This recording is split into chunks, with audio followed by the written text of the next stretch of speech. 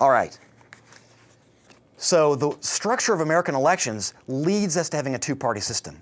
But there are other factors that are also essential in the two-party system lasting and being so durable. One is that the American public is really fairly moderate.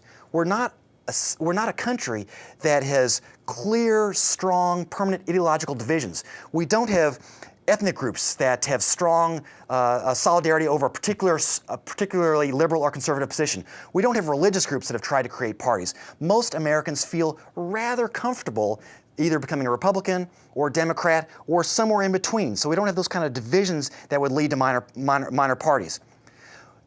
What this also means is that the parties that do exist realize that to win, they need to compete for everyone.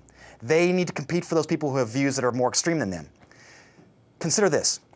The Latinos are the fastest growing ethnic group in the United States. You might ask yourself, why hasn't anybody thought about creating a Spanish-speaking based party that would unite people of a common culture?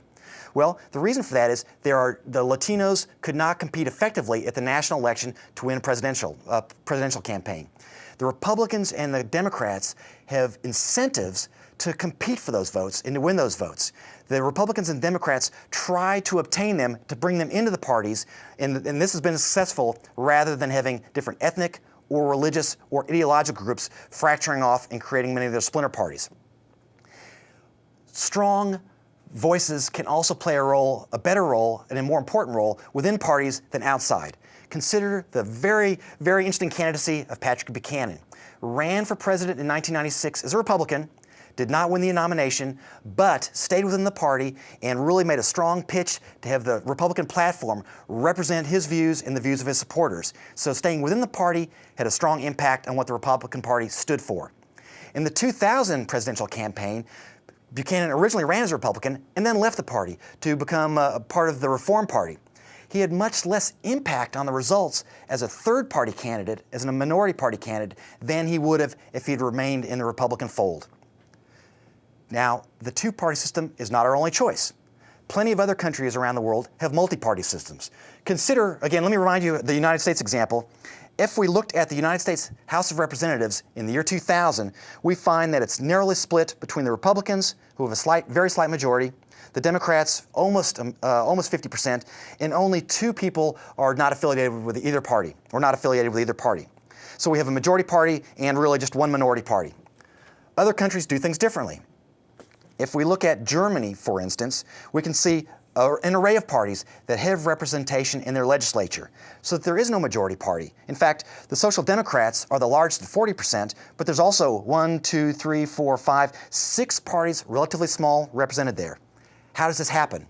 Germany has a system of proportional representation, so it's not winner take all, but the parties receive seats in the legislature roughly equivalent to their popular vote in the country. So smaller parties can compete because they know that even if they receive 5, 6, 7% of the popular vote, they can still take their place in the legislature.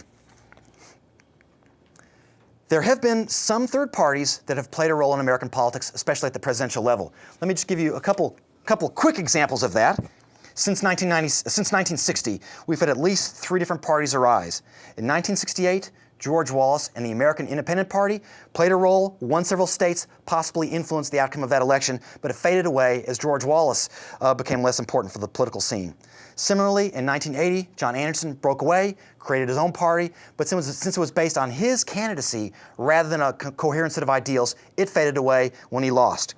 More interesting is the Reform Party. Created in 1992, competing in 96 and 2000, the question is, will it become an established third party or will it fade away?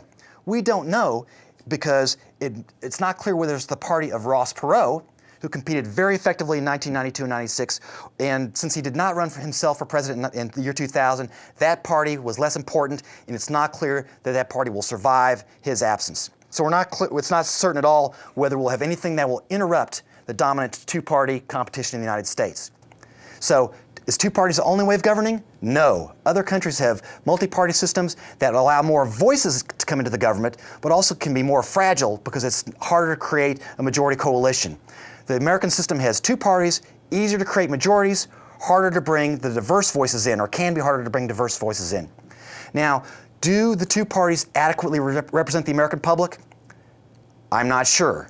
To answer that, we need to know more about who the Republican Party is, what they stand for, and who the Democrats are and what they stand for. That is, we need to understand more why we have Republicans and Democrats, how they arose, and what they stand for, what they mean in the American political system.